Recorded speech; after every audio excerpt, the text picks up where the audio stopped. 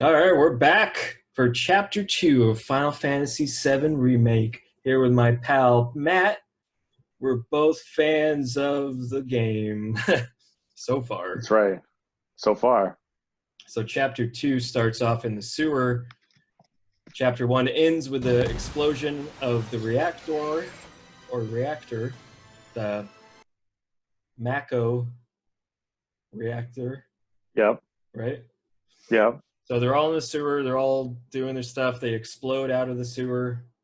Barrett has a nice little speech, which isn't in the first game, the original game.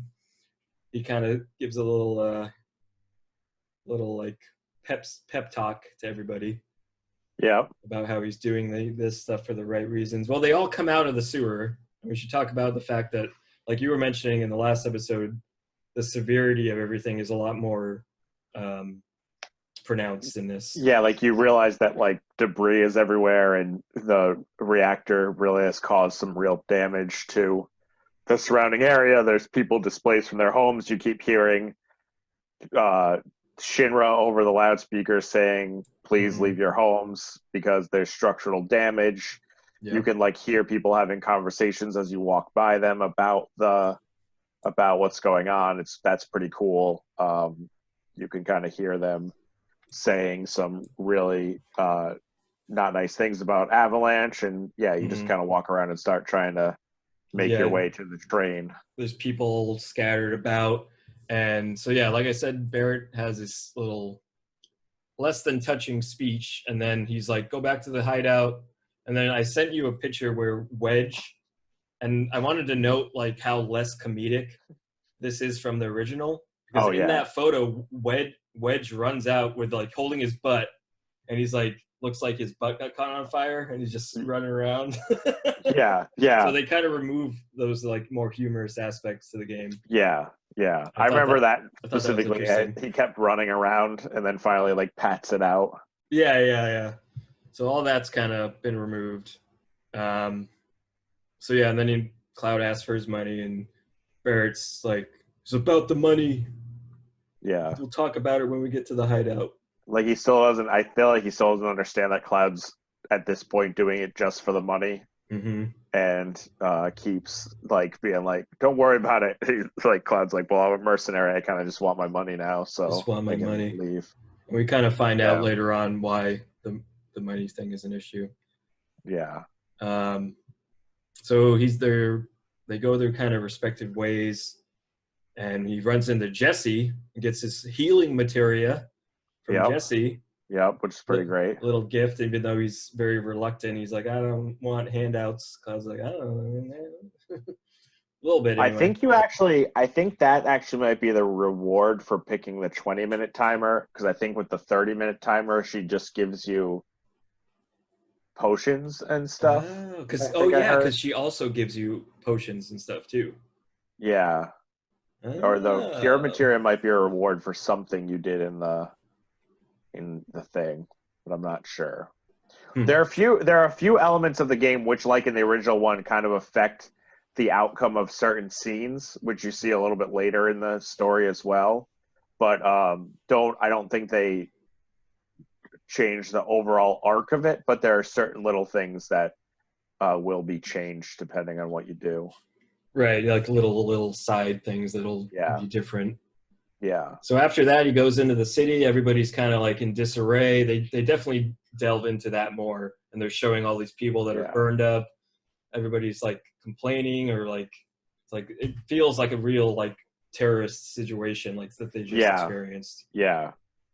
and they're just And then and then this is where the first vision comes up, and he was kind of uh, having these little like visionary headaches, which I think was a part of Advent Children. It was prevalent in Advent Children, I yeah, think. well, it was in the original game too, but in the original game, it happened a little. I feel like it happened a little bit later in the game, and it was Cloud always being like he'd like nod his head and like grab it sometimes, and Oh, he'd start right. getting visions. But in this, In a very exaggerated motion where it's just like a yeah, little yeah, polygon moving back and forth. we see we see Sephiroth within like 20 minutes of the game. He pops up in an alley, Mhm. and all of a sudden everything's on fire. Yeah. and Cloud's stumbling around. He's staggering. He's following him, and he follows him down the hallway or a Yeah. side street or whatever.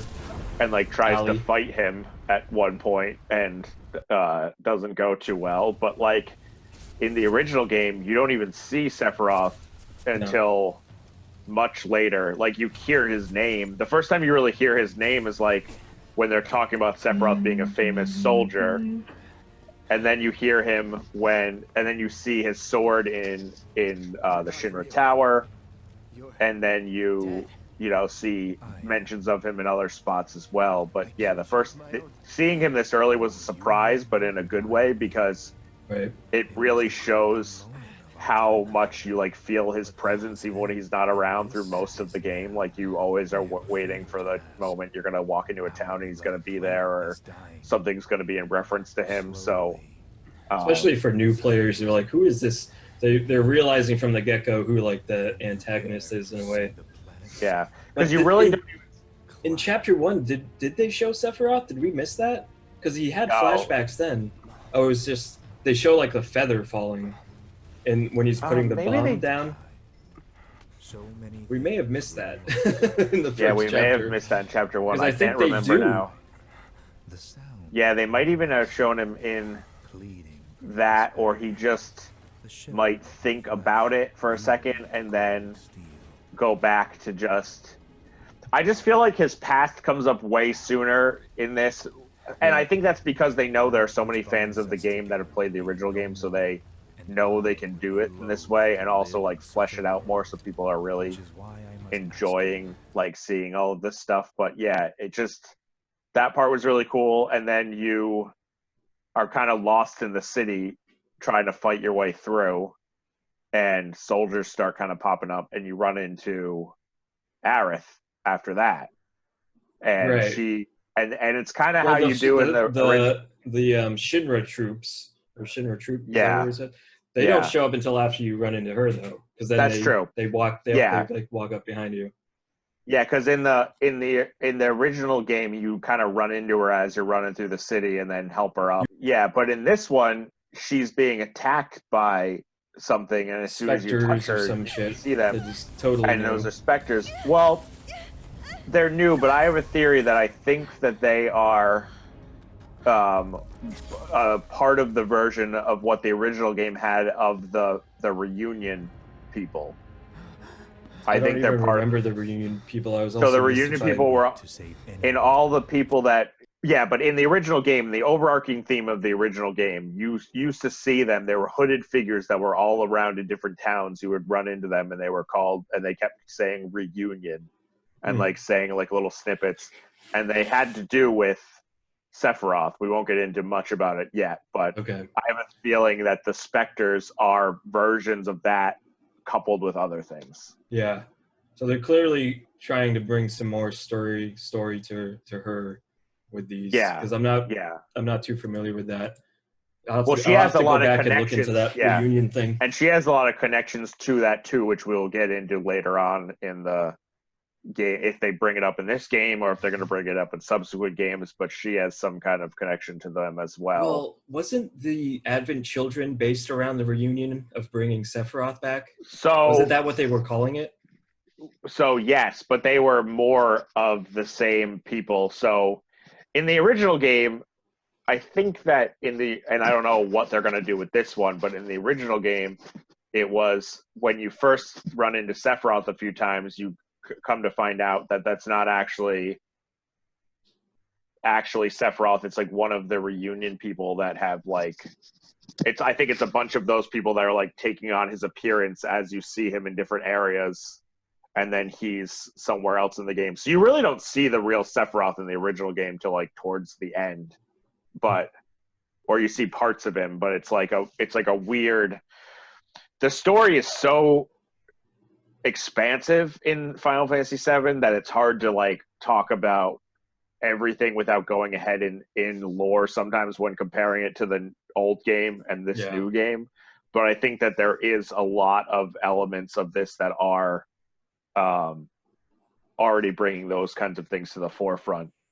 Well, let's go back to when he first sees this vision of Sephiroth before he even... because he sees the vision and then he goes to Aerith and who apparently they call the flower peddler in this instead of flower girl, which is right here. Yeah, They yeah, call her the flower. I don't know. They just don't like the girl part of it, so they wanted to get rid of it. yeah, But I noticed one quote that he says to Cloud. He's like, "You have to leave. You have to live."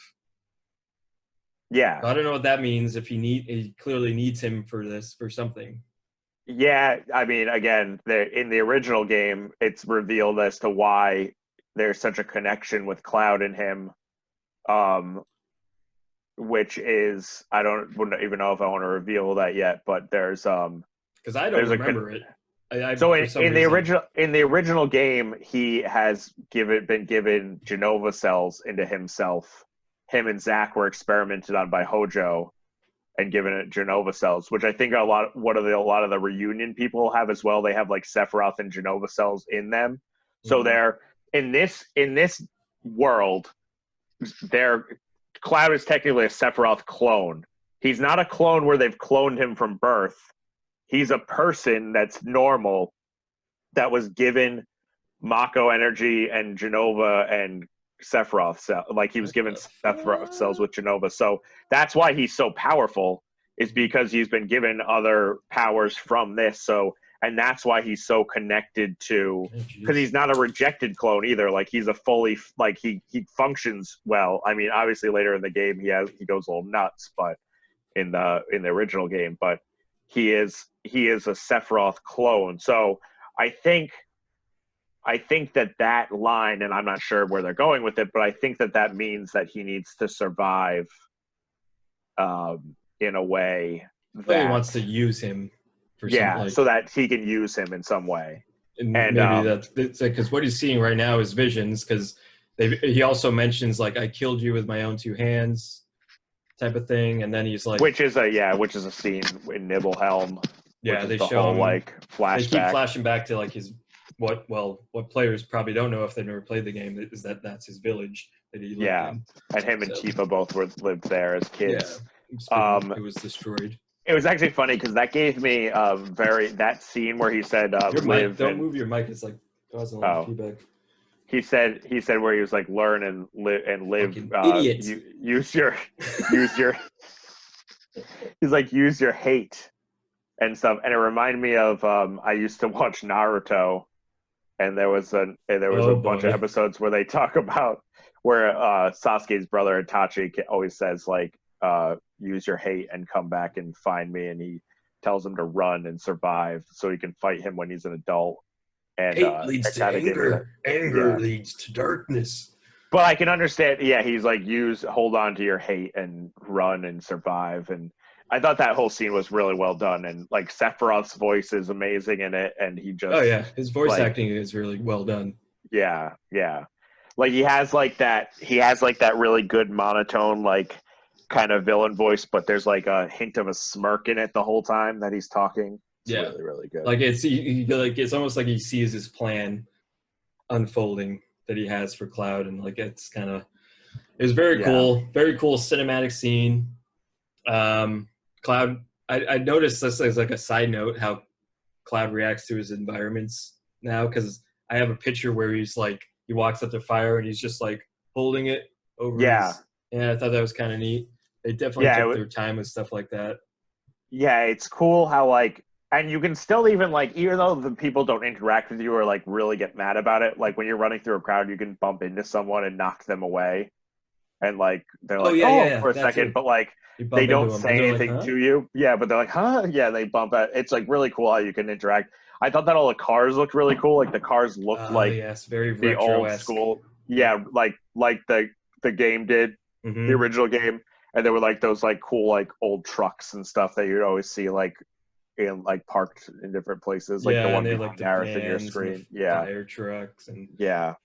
I just thought that was all really cool. And so then you run into Aerith, but you run into her really quickly. Yeah, and then she leaves. Game. Yeah, and then in the original game it happens really quick. There's you just meet her. Yeah. And but here it's she asks you, and also in the original game she asks if you want to buy the flower, and this she just offers it to you. Yeah. Just like a little differences I wanted to know. And then you can say either how much or no like thank you. Or like I'm good. I'm good. Yeah. Which I chose how I said how much. Well, yeah, either way I took the flower. I didn't choose Yeah. the negative response, I guess you could say. I try not to choose negative responses in most of the games because I feel like that never gives you a good outcome. It's like the game is judging your character. Yeah, so you want to be yeah. as like nice as possible. But then so the soldiers show up, and then you have to pretty much behind you. Then you have to fight them, and you have to pretty much then fight your way through the sector to get to the train. Well, which she really runs off with the specters surround, like exactly. Her, So you see the specter thing, like you kind of try and have her, and then she runs, and you don't see her anymore. She's gone. She has to like physically touch him for him to see them. So she has. But I think once he then touches her, he can see them after that. Yeah. And we know why, but I mean, Not interesting. Yeah. But yeah, so then you're running around Midgar trying to get to the train. A lot of fights and stuff. And it really kind of shows how badass Cloud is because you fight a lot of people by yourself. And I mean, it's obviously if you don't win, you would just continue the game. But it's really cool to see how well he does with groups of people just by himself. Yeah, I remember seeing like a purple materia, like a purple shining item. Yeah, I did that. Distance. Yeah. I'm like, what is that? I can't get over there. And then like once the fighting starts, you can go back there.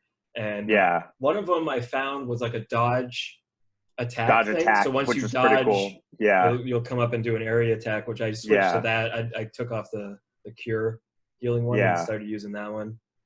So that was kind of neat. You get some new abilities, which I'm sure they're going to be like so many new materia abilities now with the action stuff. Like, just the fact that they already have this one where you can dodge and then do a area attack. So there's going to be there's some variety. Cool, there's some cool stuff, and then like you can so you do that, and I spent like probably a half an hour longer than I needed to be in that area, just searching around looking for all that kind of stuff, like that cover materia. And oh yeah, me too. I spent way too much time in that small space, just like looking at and kept getting into more battles. Kept getting into more battles because of that, but kept getting more stuff, and then finally you. I looked at this photo I'm going to send you right now, which is the Adventures of Stamp poster, book 3. Open it right now. I saw that. I love looking at all that stupid shit. The Adventures of Stamp. It's a dog with a military helmet on. Book 3. Stamp stands up for his friends. So yeah, eventually you get into what? And then there's water, icicle. Oh yeah, which is like I wonder what that one is. Yeah. Oh, it's another Stamp one. Yeah, well, it has Stamp like in the corner of it. It has the dog for some reason. I don't know. Yeah, why. I wonder if there's something else to do, or maybe it's like Stamp approved or something. But yeah, so you get through the town. You get through the town, and you fight all the people, and then you. Well, you fight Huntsman. There's like a mini Huntsman, boss. which he's pretty cool. Guarded, a riot guy, trooper or whatever, but fancier and more leveled up. Yeah, the first couple times I fought that, like at first I would hit him and he'd try and like lash at me, so I'd go around and slice him a couple times. But I figured out with the guarded guys that lightning works really well. Lightning or fire. I use the fire. Yeah, any kind of magic really like works well on them. It's just they're not good with physical attacks, which makes sense. And the dodge roll attack helps if I could dodge behind them and do it. Yeah. I could hit him and then knock him off. But, so that was really cool, that little mini boss fight, and then you get to well, there's a part where one of the soldiers is like, "Hey, I know you." Yeah. And then you kind of nothing happens with that, and then he jumps on the train to meet up. Yeah, I like that. Yeah, I like that. How some people are like, kind of like, wait a second, because of course there's a whole other part of his backstory with the soldier stuff and everything, and but I like how with the train part too, they kind of did it in memory of the original train part where they're on the train. They're like, "Where'd Cloud go?" And then they're like, "He could take care of himself." And then you knock, and then they open the door and you like flip in. And they're all like, "Whoa, what the?" Which is like a lot longer in the original. Like they keep talking about him for a bit in the original game, and then he shows up.